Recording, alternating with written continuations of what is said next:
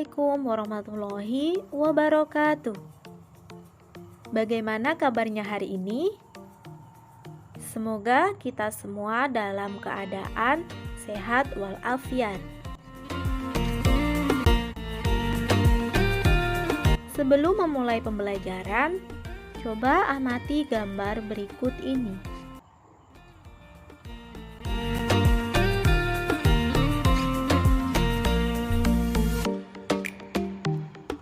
Pernahkah kalian melihat orang yang merokok? Kenapa masih banyak orang yang merokok? Padahal pada bungkusnya sudah tertera larangan untuk merokok beserta dampak yang ditimbulkan jika merokok. Kira-kira apa yang membuat perokok sulit untuk berhenti? Dan apa yang dirasakan ketika seseorang tersebut merokok?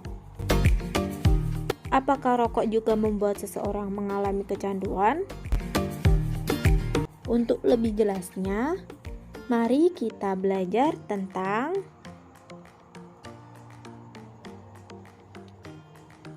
zat adiktif, bukan termasuk narkotika dan psikotropika.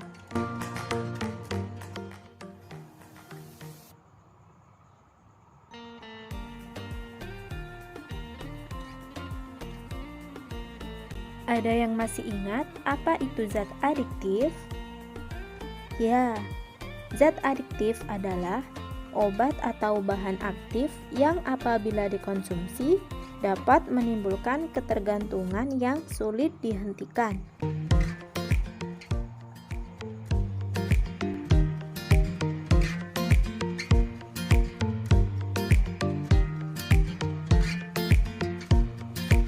Lalu, apa saja zat adiktif yang bukan termasuk narkotika dan psikotropika?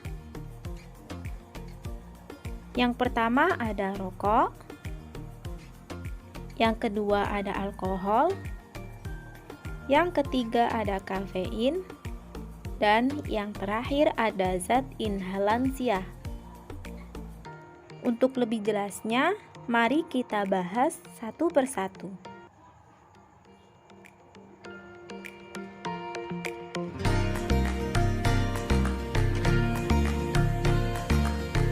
Yang pertama ada rokok. Asap rokok mengandung sekitar 4.000 komponen berbahaya, dan setiap senyawa toksik yang ada dalam asap rokok menimbulkan akibat yang berbeda-beda.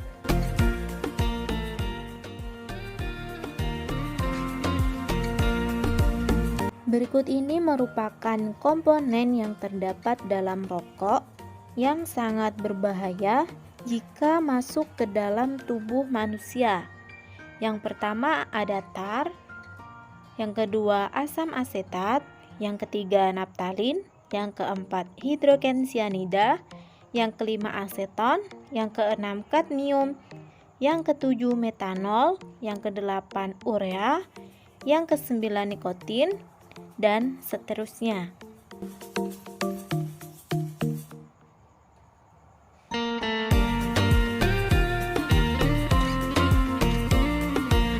Namun, di antara komponen-komponen di dalam rokok tersebut, terdapat 3 komponen toksik utama dalam asap rokok yang sangat berbahaya,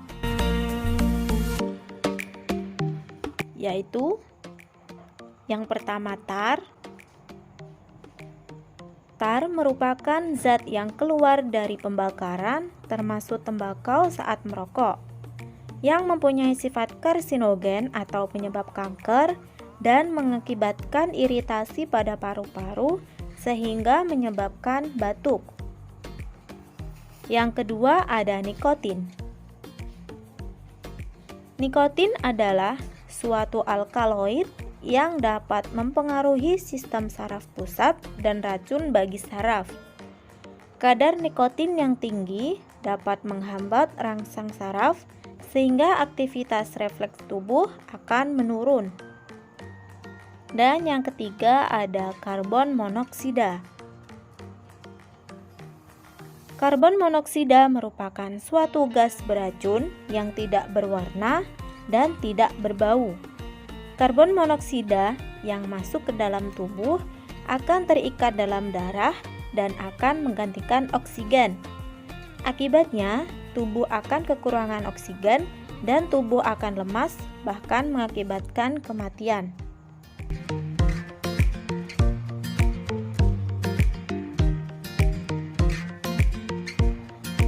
Yang kedua ada alkohol. Alkohol sangat berbahaya bagi tubuh. Minuman yang beralkohol mengandung etanol.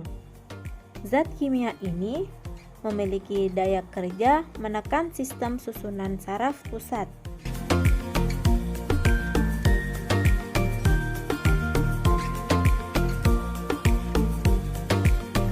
Penggolongan minuman beralkohol dibagi menjadi 3 golongan, yaitu yang pertama, golongan A, yang kedua, golongan B, yang ketiga, golongan C. Adapun golongan A mengandung kadar etanol sebesar 1-5% yang terdapat dalam bir.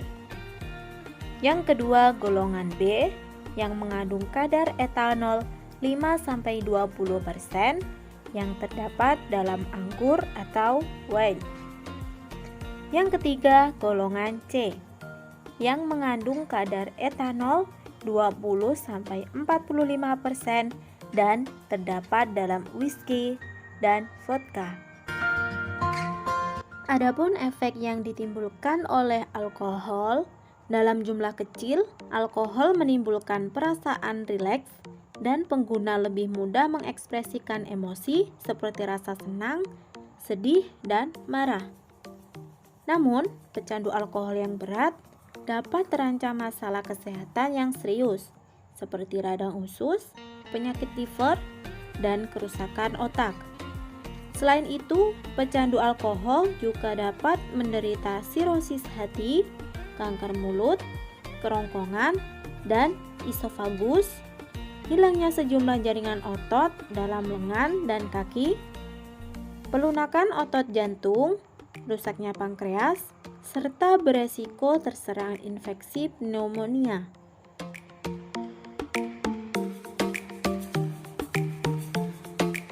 Yang ketiga ada kafein. Kafein merupakan zat adiktif yang terdapat dalam kopi, daun teh, dan coklat. Kadar kafein dalam daun teh lebih besar daripada biji kopi dalam berat yang sama. Sedangkan kandungan kafein dalam coklat sangat sedikit. Kafein dalam teh biasa disebut dengan tein. Oleh karena bersifat adiktif, teh juga menimbulkan ketagihan, sehingga mengkonsumsi teh menjadi kebiasaan setiap hari.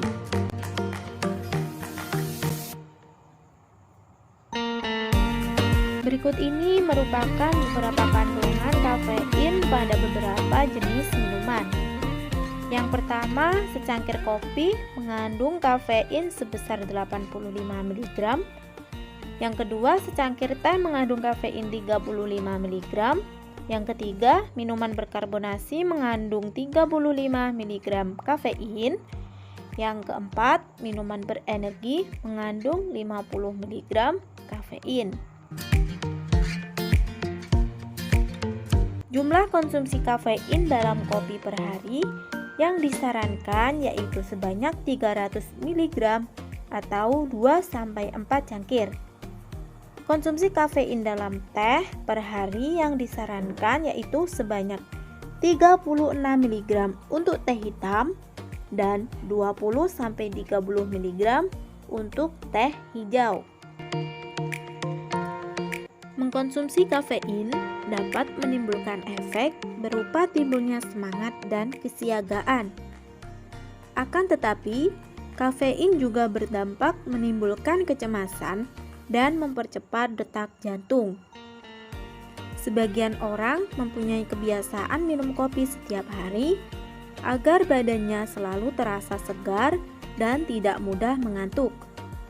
Namun, jika mengkonsumsi kopi terlalu berlebihan, dapat mengganggu kerja jantung. Jadi, konsumsilah kafein secukupnya saja ya, agar terhindar dari hal-hal yang tidak kita inginkan.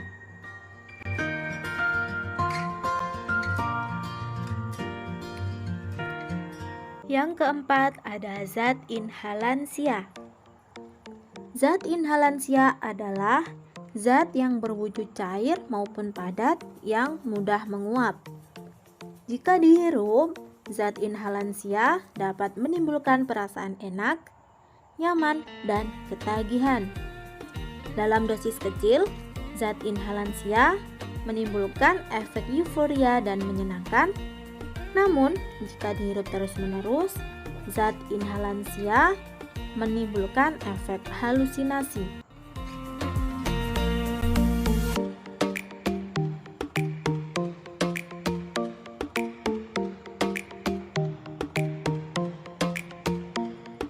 Berikut merupakan contoh zat inhalansia.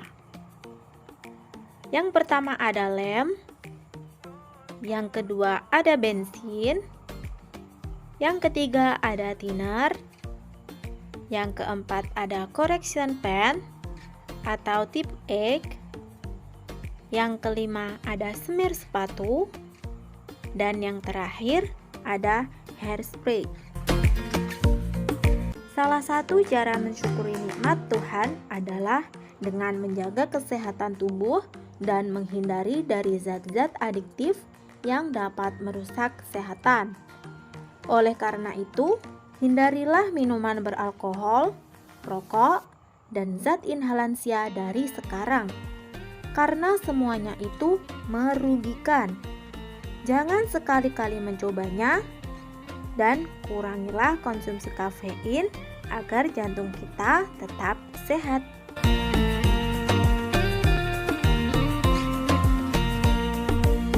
Sekian materi kita kali ini. Terima kasih dan wassalamualaikum warahmatullahi wabarakatuh.